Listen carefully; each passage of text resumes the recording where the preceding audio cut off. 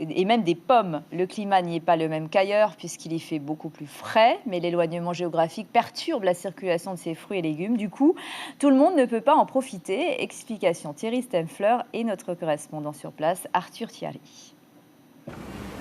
Des pommes, des pêches et des nectarines sur des arbres en Polynésie. Oui, cela existe, mais à Rapa en raison d'un climat plus frais. Importés de Nouvelle-Zélande, comme les autres arbres fruitiers, il y a aussi quelques poiriers, et cela ne date pas d'hier.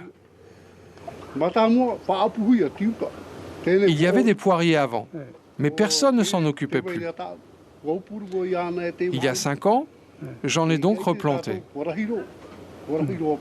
Au début, il n'y avait pas beaucoup de résultats, mais maintenant, cela donne bien. Cette variété de pommes que tu vois là n'est pas encore arrivée à maturité. Si tu la manges trop tôt, elle peut être bien acide. Le climat est favorable aux arbres fruitiers, mais en revanche, la situation d'isolement de Rapa ne permet pas de trouver un débouché pour ces tonnes de fruits, surtout quand il faut attendre des semaines entre chaque rotation de bateau. L'idéal serait que l'on trouve un moyen pour exporter les fruits vers Papeete. Car après quelques jours, les fruits qui sont cueillis à maturité pourrissent et deviennent noirs.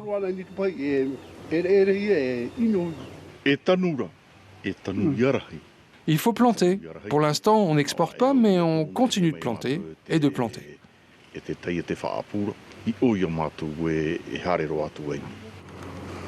Même originaires d'autres archipels, certains habitants vantent la vie à Rapa. Ici, les ressources ne manquent pas, disent-ils. À Rapa, tu peux vivre avec la terre et la mer. C'est bien plus difficile à Tahiti. Donc on aimerait bien que des jeunes reviennent.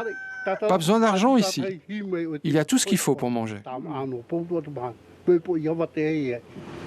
À Rapa, il y a une telle abondance que personne ne vend ses fruits, ils sont offerts. Et finissent souvent soit comme de la nourriture pour les cochons, ou pire, pourrissent au sol. Ce qui n'empêche pas les habitants de persévérer. L'information en continu sur Polynésie la première, Internet et réseaux sociaux.